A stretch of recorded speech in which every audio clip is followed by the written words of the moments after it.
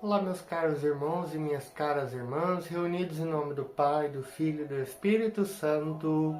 Amém. Hoje, reunidos para refletirmos a palavra do segundo domingo do tempo comum, ano C. Como eu falava no domingo anterior, já estamos no tempo comum já. Semana toda já foi no tempo comum, apesar de algumas celebrações em algumas comunidades que ainda permaneceram, vamos dizer assim, meio termo. Mas a gente já está oficialmente no segundo, já estamos oficialmente no tempo comum. E, especialmente, segundo domingo do tempo comum. Bom, hoje, como eu falei, estamos lembrando que dia 24 e 26 deste mês de janeiro se celebra o Jubileu do Mundo das Comunicações, em especial aqueles que trabalham com comunicação, comunicação em si. No nosso caso, meio digital. Uma santa celebração a todos. Bom, também lembrando, como vai dizer assim, somos testemunhos dos prodígios do Senhor, cuja palavra renova a nossa vida. Esta liturgia nos recorda que em seu Filho Deus estabeleceu definitivamente a aliança conosco, pela qual fazemos experiência do seu amor e alegria, contemplando o sinal da transformação da água em vinho. Somos então convidados a viver como comunidade que, instruída pelo Espírito, partilha seus dons. Celebremos nosso compromisso de servidores e servidoras que se põem a fazer o que Jesus disser. Bom, então neste contexto, hoje a gente celebra, proposto pela Santa Igreja, ali um caso de um casamento. Mas que casamento é esse? A Santa Aliança. A aliança que quando Jesus morre na cruz, desde então, vinda de Jesus e até a sua morte, né? Em princípio, se é formada então a nova aliança, né? Da vinda de Jesus em diante, a nova aliança. A aliança da crucificação de Jesus, o preço a pagar pela essa aliança, né? Que também pode ser compreendida como um casamento entre a humanidade e Deus, por meio de Cristo. Mas, bom, é claro que temos um outro contexto que eu vou principalmente trabalhar nessa reflexão de hoje. Bom, antes da gente passar a leitura, vamos para a oração. Oremos. Ó Deus, que na hora da cruz chamastes toda a humanidade para reunir-se em Cristo Senhor e esposo da Igreja, fazei que, participando dessa celebração, experimentemos a força transformadora do vosso amor e gozemos da alegria das núpcias eternas. Por nosso Senhor Jesus Cristo, vosso Filho, que é Deus e convosco vive e reina na unidade do Espírito Santo por todos os séculos dos séculos. Amém. Com atenção, escutemos a leitura. Lemos, né? Porque não tem como escutar.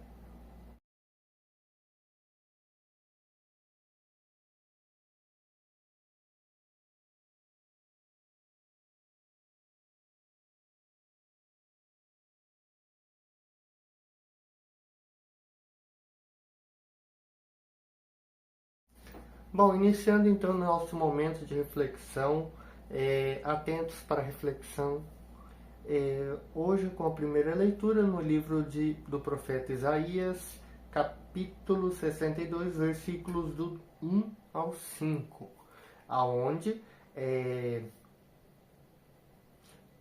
o contexto logo de início: por amor não me calarei, por amor não descansarei, enquanto não surgir nela como um luzeiro a justiça, e não se acender nela como uma tocha a salvação. As nações verão a tua justiça. Será para o Senhor uma coroa de glória na mão do Senhor. Não mais te chamarão abandonada, e tua terra não mais será chamada deserta. Teu nome será minha predileta, e tua terra será bem casada. Pois o Senhor agradou-se de ti. Assim também tu és a alegria de teu Deus. Bom, hoje, como eu falava no início, a igreja nos convida a uma reflexão. Mas existe já um outro contexto muito ligado a ela, que eu acredito que seja uma melhor reflexão desta, então, liturgia do dia. Bom, neste convite da primeira leitura, não é nos convidar, é nos convidado a então reconhecermos a aliança entre a humanidade e Deus. Tu és a alegria de teu Deus. Qual o Criador que não se alegra com sua criação? Claro, existem aqueles criadores que... Mas Deus, o perfeito, Deus, o Deus Altíssimo, o Salvador é Deus. Mas neste momento estamos falando da primeira pessoa da Santíssima Trindade, Deus Criador, Deus Pai. Que, como dito, por amor não me calarei, por amor não descansarei. As nações verão a tua justiça. Mas, bom, por que eu falo que tem dois contextos?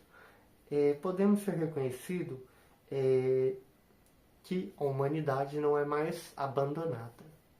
A humanidade não é mais deserta. A humanidade segue, está ali em um caminho já seguindo a salvação, entre aspas, né? Mas a gente também pode associar essa primeira leitura à Virgem Maria. Ela é predileta, ela é cheia da graça de Deus. Ela é, então, como muitos chamam, bem casada. Entende isso? Bom, mas em um contexto entendermos que é o convite da leitura de hoje, que não estamos mais abandonados por Deus, que Deus, por amor, não descansou. Ele fez ali, então, tudo ocorrer como Ele queria para a nossa salvação. Jesus veio, morreu por nós. Lembrando da frase de Santo Agostinho, queres saber teu valor? Olhe para a cruz, tu vales um Deus crucificado. Né? Então, neste contexto, onde Deus envia, que por amor Ele salva a humanidade. Ele envia seu Filho para a nossa salvação. O amor de Deus é tanto que Ele envia o próprio Filho para a nossa salvação, para que não sejamos abandonados, para que não sejamos pessoas perdidas. E neste contexto a gente reconhece que, como católicos, nós temos uma boa mãe espiritual, a Virgem Maria, que não nos abandona, que por amor ela cuida de nós. Sabendo dos planos de Deus, ela nos toma como filhos seus, para nos ensinar e nos guiar para Deus. Ou seja, não somos mais abandonados. Esses são os dois contextos da liturgia de hoje. Tanto que assim tu és a alegria de teu Deus. Como dizia o anjo, tu encontrou graça diante de Deus. E nós também somos convidados a ser a alegria. Tu és a alegria de teu Deus. Bom, já na segunda leitura do livro de 1 Coríntios, da primeira carta de São Paulo aos Coríntios, né, capítulo 12, versículos 4 a 11, irmãos, há diversidade de dons, mas um mesmo Espírito. Há diversidade de ministérios, mas um mesmo Senhor. Um mesmo Deus que realiza todas as coisas em todos. A cada um é dada uma manifestação em vista do bem comum. Ou seja, cada um recebe um dom, uma graça do Espírito Santo para o bem comum. Como dito aqui, um é dado pelo Espírito a palavra da sabedoria, outro a palavra da ciência, outro a fé, outro o dom de curas, outro o poder de fazer milagres, outro a profecia, o discernimento do Espírito, falar em línguas estranhas, interpretação de línguas, e todas essas coisas se realizam Todas essas coisas realiza um e o mesmo Espírito, que distribui a cada um conforme quer. Ou seja, Deus distribui a cada um dom. Cada um temos uma missão, mas seguindo o mesmo Senhor. É um Senhor que lhe dá diversas missões para cada filho, para cada batizado, como falávamos no domingo anterior. Cada um recebe a sua missão. A minha, até pelo que eu me entenda, é de propagação do Evangelho, do então, vamos dizer assim, de empregador. Porque eu acredito que a minha vocação não é ser padre. Não sei. Os planos de Deus são diferentes do meu, né? Mas eu acredito em minha consciência que a minha vocação não é ser padre. Mas às vezes Deus pode me mandar para um seminário, não sei. É uma confusão isso. Mas é entendermos que cada um tem seu dom. A fulano é dado o dom de cantar, a outro o dom de pregar, outro o dom de servir, o dom de ajudar, o dom de ensinar, de cuidar, de criar, fazer comida, criar animais e assim por diante. Cada um tem a sua missão, cada um tem o seu dom. Às vezes o dom de um ali é cuidar da roça para que se tenha ali os alimentos para vender, para outras pessoas possam se alimentar.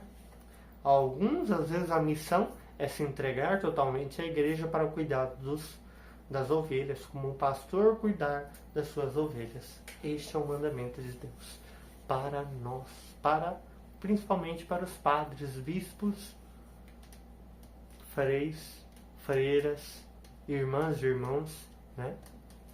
Ou seja, cada um tem a sua missão, mas todos nós temos como princípio nosso Senhor Jesus Cristo. Todos nós, mesmo cada um estando em um ponto, todos estão ligados ao mesmo Senhor.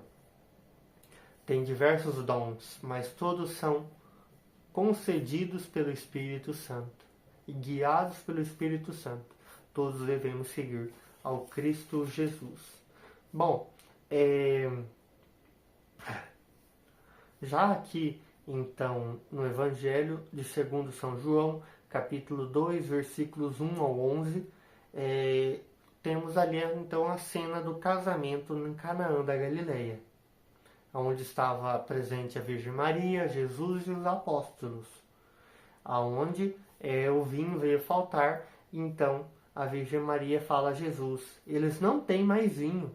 Jesus então respondeu-lhe: mulher, por que dizes isso a mim? Minha hora ainda não chegou. Olha isso, a minha hora ainda não chegou.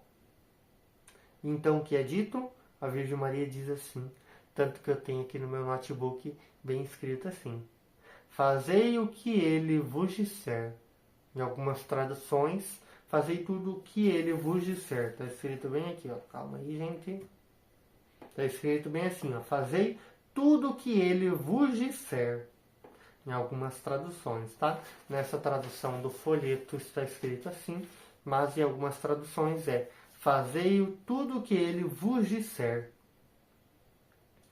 Então Jesus manda eles encherem as talhas, e então mandar levar ao mestre-sala. Então o mestre-sala experimentou a água ali, que se tinha transformado em vinho. Então chamou o noivo e disse assim, eu estou pulando umas partes, tá, pessoal? Mas vocês conhecem essa leitura, né? E eu deixo anteriormente. Todo mundo serve primeiro o vinho melhor, e quando os convidados já estão embriagados, serve o vinho menos bom. O vinho ruim, tá? Mas tu guardaste o vinho melhor até agora. Então aqui é dito que isso foi o início dos sinais de Jesus, que se realizou em Canaã da Galileia e manifestou a sua glória. Primeiramente, a gente percebe a intercessão de nossa boa mãe com aquele contexto daquela maravilhosa frase: pede à mãe que o filho atende. O que aconteceu? A Virgem Maria diz ali então para os servos: fazei tudo que ele vos disser. E então Jesus age. Mesmo Jesus dizendo: não chegou a minha hora. Mas ela disse: fazei tudo o que ele vos disser. Não é bonito? Uma mãe que intercede. Uma mãe que vai ali e dá um empurrãozinho. Que dá aquela ajuda. Bom, eu como, vamos dizer assim, uma pessoa que é muito devoto da Virgem Maria, eu acabo às vezes puxando um pouco para esse lado. Mas é um contexto que a gente deve reconhecer enquanto católico a importância da Virgem Maria na história da salvação. Mas também aquele contexto de fazer tudo que Jesus nos manda. Porque cada um tem a sua missão, não é? Ou seja, cada um tem que seguir de um jeito. Não pode geralmente todos seguir no mesmo caminho. Cada um tem que seguir como é mandado. E então, reconhecendo isso, às vezes a gente tem um contexto ali junto também trazendo neste contexto deste evangelho, como dito ali, todo mundo serve o vinho melhor primeiro. E quando estão todos ali embriagados, estão todos ali perdidos, se serve o vinho ruim, né? Mas tu guardaste o vinho melhor até agora. Ou seja, às vezes a coisa melhor que há de vir a você não está no início, mas está no fim. Não está no início da missão, mas está no fim da sua missão. Às vezes você inicia a sua missão querendo ganhar muito e alguma coisa assim, querendo ser aclamado e blá blá blá, querendo ser uma pessoa muito que é onde você passa, todo mundo te reconhece, todo mundo fala com você, todo mundo puxa o seu saco, né? Vamos dizer assim. E às vezes não é assim. Às vezes, seguindo a vontade de Deus, a gente não vai ter o melhor logo no início. Mas como dito, tu guardastes o melhor para o fim. Tu guardastes o melhor. Você vai enchendo ali. Enchendo a garrafinha. A hora que encheu, ela transborda. Ela ali, então, é transformada. Mas isso só ocorre no fim, quando ela está cheia. Quando estamos cheios do Espírito Santo, somos reunidos. Somos ali, então, recebemos o melhor. Às vezes vai ser no final da nossa missão. Às vezes, quando a gente estiver morrendo, vamos receber a visita do anjo nos levando para o céu. Ou seja, no final a gente ganha salvação. Então, reconhecendo que é aquela frase maravilhosa, Deus tarda, mas não falha. Mas na verdade a gente que é muito apressado e não sabe esperar. Porque Deus sabe a hora certa. Ou seja, muitas vezes no fim está a melhor coisa, está o melhor presente para você. E bom, como convite da Virgem Maria, fazei tudo o que Ele vos disser. Reconhecendo os nossos diversos dons, o amor de Deus por nós, a nossa entrega e a nossa união com Deus, na nossa aliança. Pessoal, eu vou dar só uma pausazinha, porque meu telefone está acabando a bateria, e eu volto com a reflexão do próprio folheto, tá? Só espere um minuto.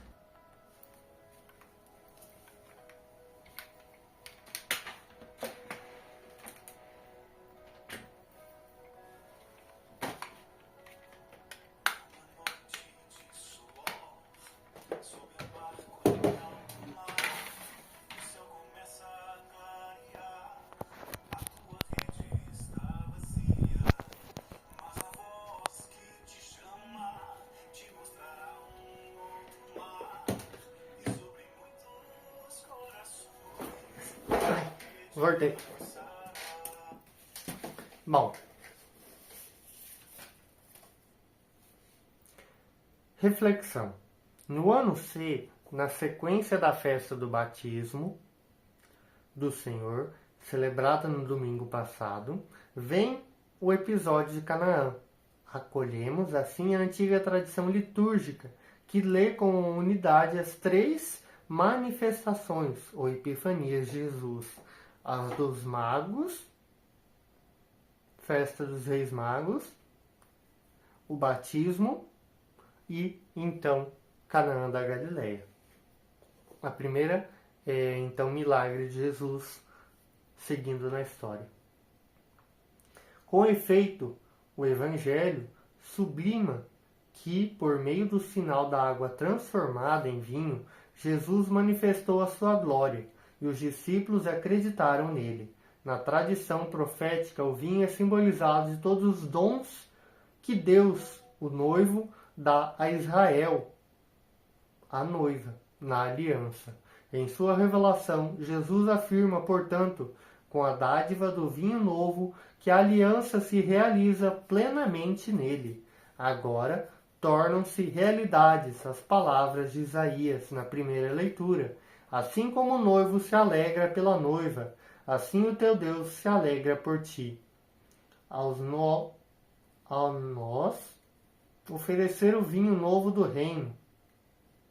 Jesus dá-nos a oportunidade de nos alegrarmos com essa comunhão, a qual Deus nos chama, semelhante à existência no casamento entre um homem e uma mulher. Só há um Espírito, só há um Senhor, proclama Paulo, na segunda leitura, que nos garante que todos os dons da comunidade são para a comunhão e o bem comum. Ou seja, como eu dizia, uma união com a vontade de Deus, seguindo confiantes ela, podemos ali então, juntos, seguir a vontade de Deus. E para que ali Deus possa se alegrar. Para que possamos ser a alegria de Deus. Possamos ser os bons servos que do mesmo modo se entrega por amor a Deus.